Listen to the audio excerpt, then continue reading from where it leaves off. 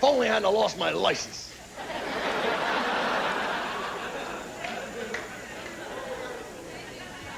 Because you know what happens sometimes, guys. You start driving that traffic, you get competitive with other drivers, then that road warrior mentality takes over. Whenever I start driving like that, my wife will start talking to me. Now, she thinks she's calming me down. She's actually pouring gasoline on the fire. You gonna keep driving like this? Because you're driving like you want to kill yourself. Well, I'm in the car with you, and I don't want to die. So you can just let me out. Don't look at me. Just look at the road and nod your head if you understand what I'm saying. You can let me out and pick me up on the way back because you're driving like a maniac. Maniac. You think I'm like driving maniac? I'll show you some maniac driving here. I'll take the car, drive right through that guardrail over there. And later, when they come to pull us out, they'll wonder what happened. Then they'll go by the look on his face. He just got tired of listening to her crap.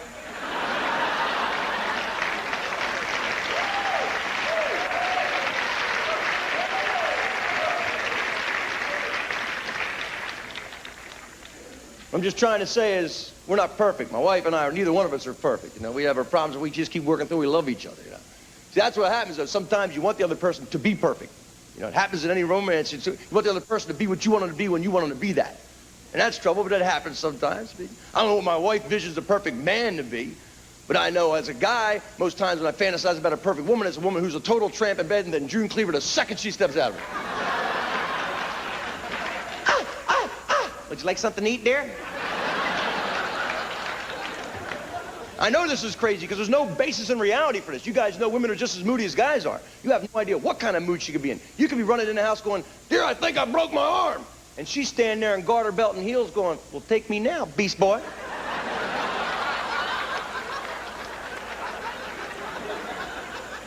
I'm getting confused here. I want to be nurtured. Because we guys love the nurturing. Oh, yeah. The warmth of a woman. That's one of the things we love most about you women. You're nurturing. I don't care how rough and tough any guy in this room is. You know, as soon as you start to get sick, you try to turn your woman into your mommy. You head right for the bed. Cartoons. Put on the cartoons. Feel my head temperature. Hey, you women know we guys aren't as good at nurturing as you are. Oh, we'll take care of it if we see, like, bullet wounds. But anything short of that, we get a kind of walk it off mentality. What, do you got the flu? Well, get up and do some housework. That's the best thing for the flu. You get the vacuum and you'll sweat that fever right out of there. Well, you're yelling. You must be feeling better. I'm just trying. We guys got to work a little harder to keep the romance. I think it's something that happens. We guys tend to lose romance a little faster, you women do. We forget to do little romantic things sometimes, like to talk to her. She'll come up to you one night. Let's talk for a while. What do you want to talk about? Let's talk about stuff. Stuff? What kind of stuff? Just us stuff. Well, how long we got to talk? Do I get credit for how long we talked so far? Where are you going? Was that a good talk or a bad talk? Hell, that wasn't so bad. I'll talk anytime you want. Look, if there's any beer left in there, bring one out, will ya? All this talking makes a man thirsty. It's not like we guys are totally out of it. We do things to show you when we care for you. Sometimes we don't even understand why we're doing it. Like giving flowers. We guys don't understand the flower thing other than the fact we know you women love to get flowers, so we give you flowers to show you we love you. But you know, guys, it's a biological fact that most women have a more highly developed sense of smell than guys do. That's why you watch her. Most times you hand her those flowers, she'll attack them right on the spot. Oh, these are so sweet. And you're so sweet for giving them to me. Here, you smell them. $50.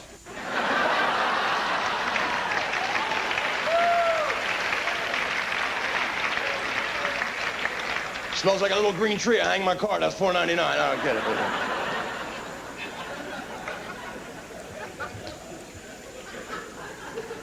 I think women spend more time thinking about the relationship than guys do. I'm not saying women value the relationship more. I think they spend more time thinking about it. If you don't believe me, go into a bookstore, see how many self-help books on love that are geared towards women. There are stacks of them. There's women who love too much, women who love men who hate women, women who love men who look like their father but act like their sister.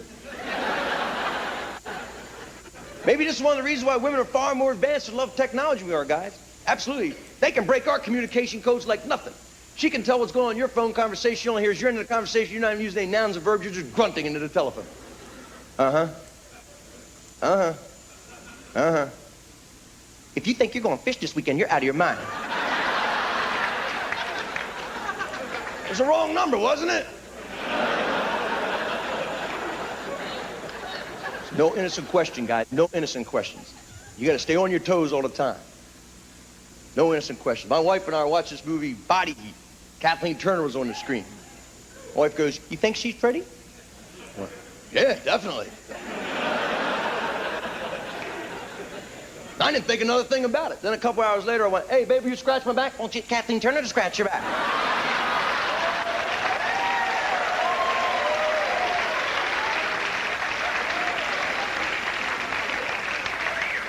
There are no other women. Always remember there are. You got to stay on your toes, guys, because women aren't. Well, we saw this movie, When Harry Met Sally, and really enjoyed that movie. Liked it a lot. Now, I don't know if any other guys are watching this movie with your woman sitting next to you, but if you're like me, at one point in the movie, my mind just went, there's going to be questions at the end of this movie. As soon as my wife got in the car to drive home, she went, "Let me ask you something. Am I a high maintenance or a low maintenance woman?" I start babbling like an idiot. "Well, you're high maintenance." "Well, you think I'm real demanding? You say I'm real demanding?" "No, I mean, you're low maintenance." "Well, I'm not worth anything. You don't have to pay any attention to me." "What?" "No, what I'm trying to say is you're a high value for low cost. That's what I mean here. You're a Ford Taurus. You're real good value. You're right in the middle. You're a damn good American ride. That's what I'm trying to say here.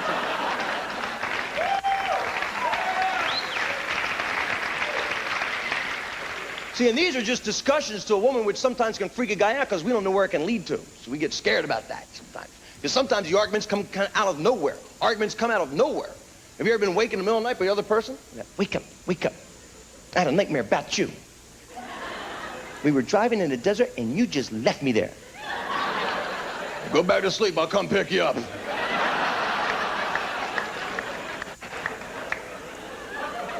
As soon as I finish fighting a monster in my dream, I'll come. Number one thing couples argue about: money. See, the myth is that since women shop more, they spend more, but guys actually buy more expensive things, so it all kind of balances. But whoever's doing the bills is the one who snaps.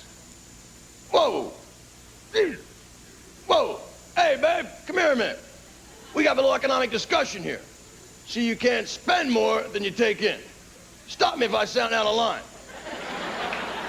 Look at it. This bill's yours, that bill's yours, that bill. When do you come up for air in these places anyway? Babe, you got to cut down. You're spending too much money. What about your boat? My boat. I need my boat. You know that fish we ate last night? That fish that I caught with my boat? That fish would cost $10 in the store. I catch 4,000 more of those fish, that boat pays for itself. I don't see your dresses making any money here. Yeah, well, that can be arranged. All right, all right, all right.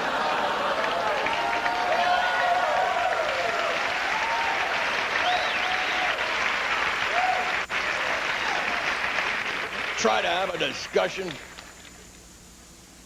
Other ways to start an argument, guys, you can stay out late. You absolutely know that. Especially if you're married or living together, you got a curfew. At some time, you better be in the house or come through that door with an injury. Last call. I got to get home. Tony, break my leg. Thanks a lot, guys. I'll see you tomorrow night. No, I can drive. It's an automatic. I'm all right. Canyon Man would not break his leg. It's great you're doing my jokes for me now. That's terrific. That's all past for me now, though. I don't argue with my wife at all. She's pregnant. I just try to do whatever she wants done. That's the way I feel. We're very happy about this. Very happy. It's great. It's great. We found out this summer I was working in Florida. My wife was with me. The first couple of days we were down there together, she kept saying, "I'm late." You ever hear that, guys? "I'm late." The only thing you can say as a guy is, "Well, you're always late." "Oh, you nitwit, I'm late. "Well, you're always late. And it's tough on a woman because she doesn't know, because the symptoms are the same for beginning their menstrual cycles are for early part of pregnancy. Woman has swollen tender breasts, raging hormones, she's fatigued easily. God could have helped us out a lot here if he had given a woman different signals. Like if a woman's pregnant, have her hair shoot straight up in the air. Not for the whole 9 months, just for a couple of days, you know. If it's a boy, shoot to the right, a girl, shoot to the left. You know, have this happen instantaneously in the moment of conception. So if you're trying to have children, you know the results immediately. It's good.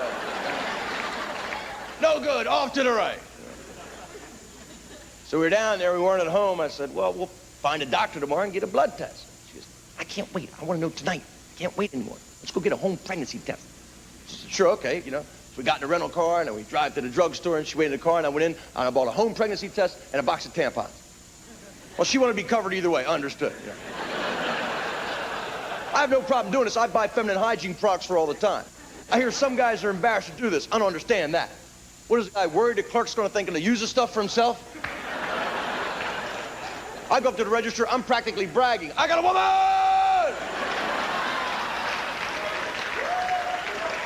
I got a woman!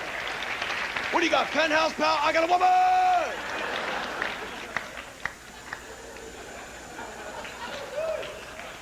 That's just one of these things, guys. You know, if we're going to hang around women on a regular basis, we have to understand this about them. It's the same thing with PMS. I hear some guys complain about PMS. And a friend of mine who's been married a long time set me straight about this a while ago. He says a guy's responsibility to react favorably to it because a woman gets blindsided by it every time. What he told me to do is you keep track of her menstrual cycle in your calendar. That way, if things start to get extreme, guys, you can check it out. Because you're not going to have them. One day you just walk in the house and she's like, shut the door, shut the door, shut the door. Wait a minute, babe, let me look at something in here. Oh, yeah. I'm shutting the door. Because I'm a good boy. He told me the only thing you can do to help the situation is give her a hug and tell her you love her. No matter what she's saying about herself, no matter what she's saying about you, just give her a hug and tell her you love her. I mean, don't try to hug her if she's waving a knife around. Pick your moment here, you know. But the dumbest thing you can do is try to tell her that her behavior has something to do with PMS. And wait a minute, baby, think the fact that you're yelling at me about the door being open has maybe something to do with your time and the month is coming on, and why do you think every time I'm angry it has something to do with PMS? Maybe it's just the fact that I'm sick and tired of walking around behind you, close doors, turn off lights, where you think the whole world revolves around you, want you to shut the door, shut your mouth, you idiot! Thank you very much, folks. It's been a lot of fun. I appreciate it.